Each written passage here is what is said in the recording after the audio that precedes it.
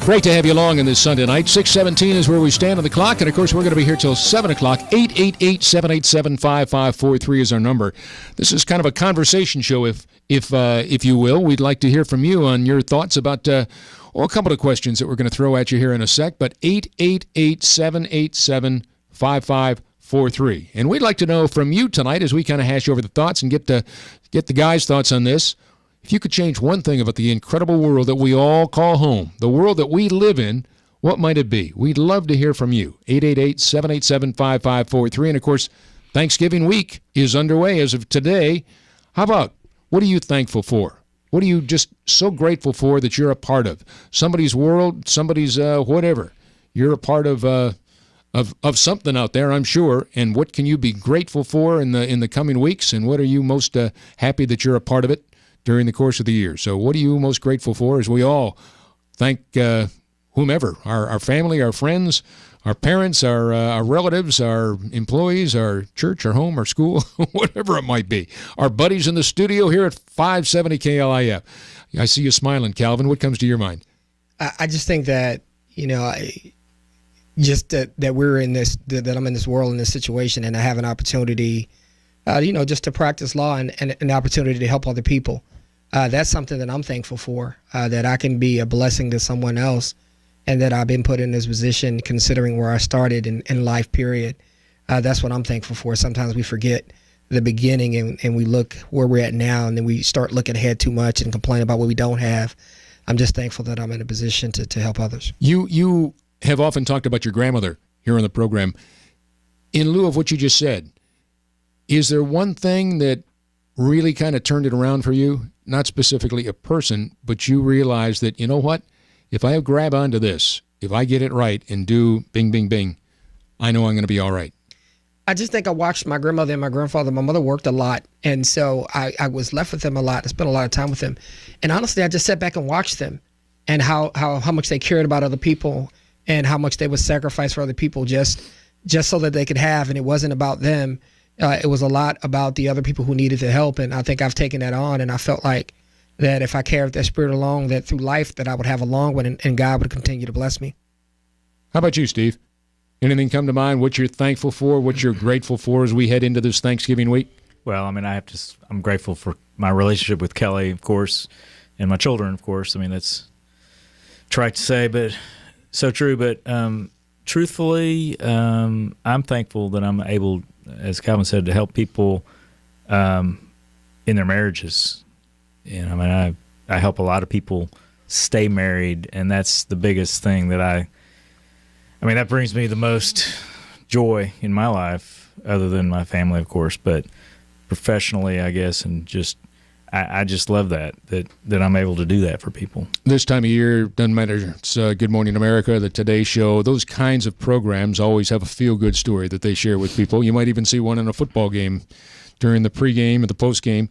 Is there a story, without obviously sharing specific personal or private names and what have you, that you'd share with us that just blew you off the charts, in somebody that you kept together, or someone that was having issues with their marriage and you were able to help them out, even if they ended up getting divorced? Help this one out, help that one out, whatever sure, it might absolutely. Be. Yeah.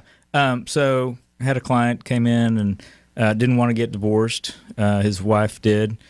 He had some behavioral issues. He's a fireman, firefighter, not in Dallas, but one of the surrounding suburbs, and didn't want to get divorced. So I talked to him for a while, gave him a book, of course. I give all my clients a book. Go ahead and plug it. Yeah, Winning the Marriage Gamble.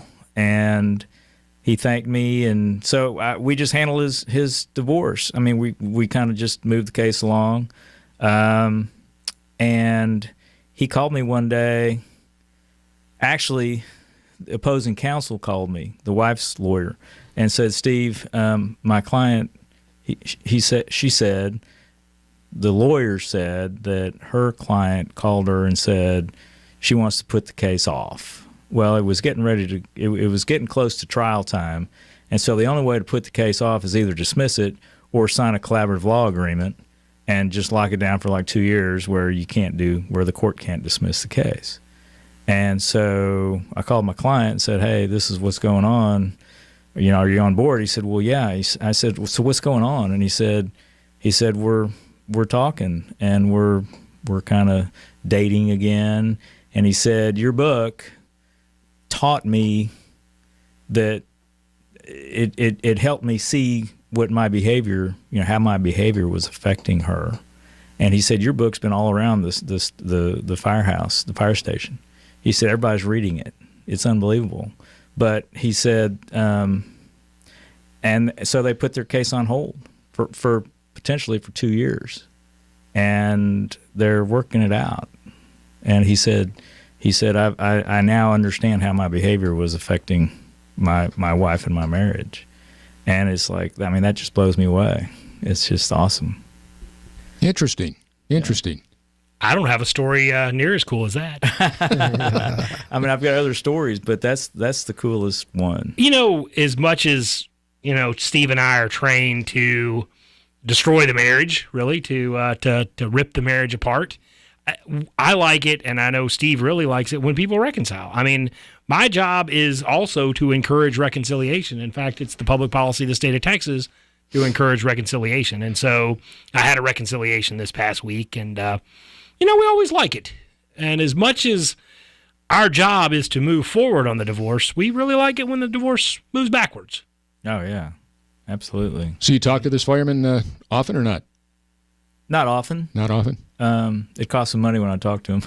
Well, yeah, that's there's the hose job right there, huh? Right? that was a joke. But okay, fireman. Okay. But he's changed his behavior. He's learned. Very cool. He's changed. Yeah. It's awesome. And the one thing I'm thankful for is my son. I really, I don't really remember life before him, and I really, he has just completely made my life 100% better. And got to spend some time with him and Calvin at a Mavericks game this past weekend, and got really good seats.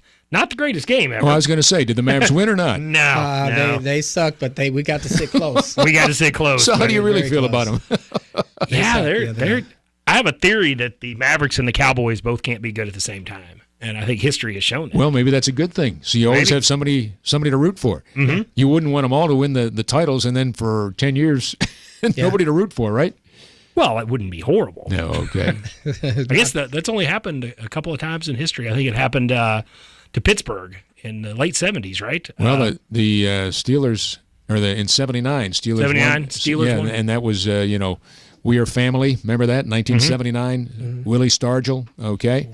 That was a big year for Pittsburgh. Mm-hmm. And a lot of people thought that Cleveland was going to have that kind of year this year. Kind of fell apart. Yeah, had the Indians defeated the Cubs. Yeah, and I think the Browns are out. I don't think there's any chance. Well, no, we weren't talking about the Browns, but LeBron comes back to Cleveland, and sure. So stranger things have happened, and of course in New York for years, the New York Football Giants mm-hmm. and the New York Yankees were kind of the toast of the town.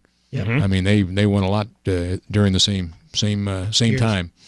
So, but at any rate, well, I'll tell you what.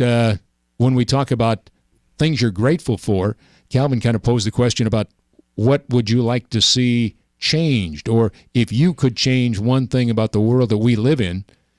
Anything come to mind that you say, you know what? I'm really pleased with the world I live in. Sure, there's lots of things that could be changed, but is there one thing that really stands out that you would think that would make our world a better place to be for us all?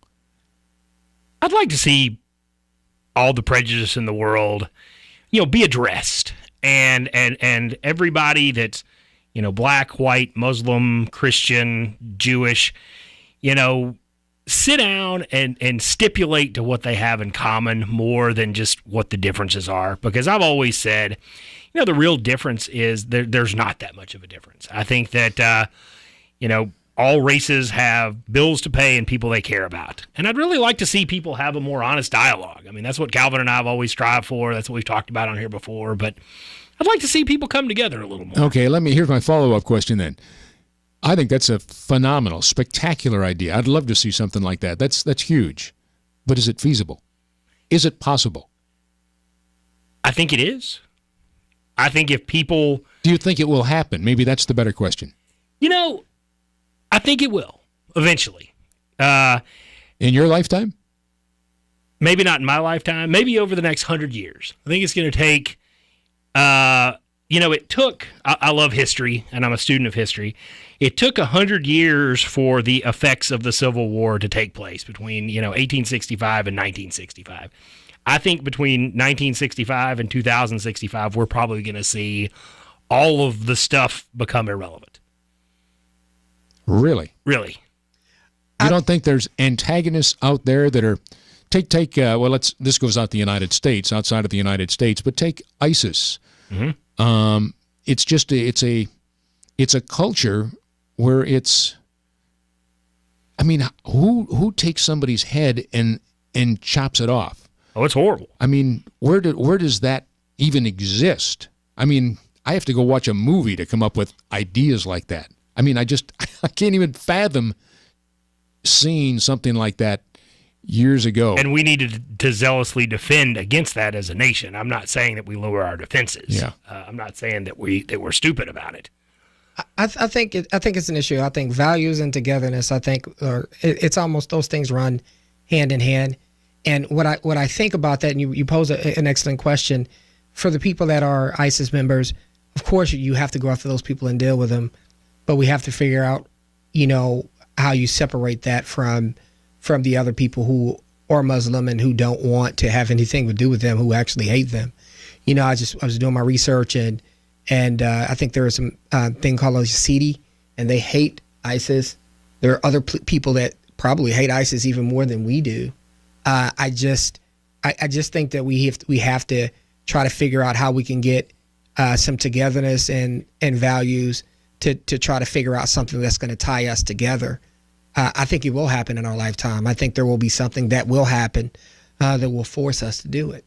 See, I think that's why the United Nations was created initially. Was it not to bring nations together to fight that type of... And really, if you look at the United Nations and you look at when it was created, it's been successful. I mean, we had two major wars almost back to back within 20 years of each other, and since then we've had a lot of conflicts, but we haven't had a major war anywhere near what we had with World War II.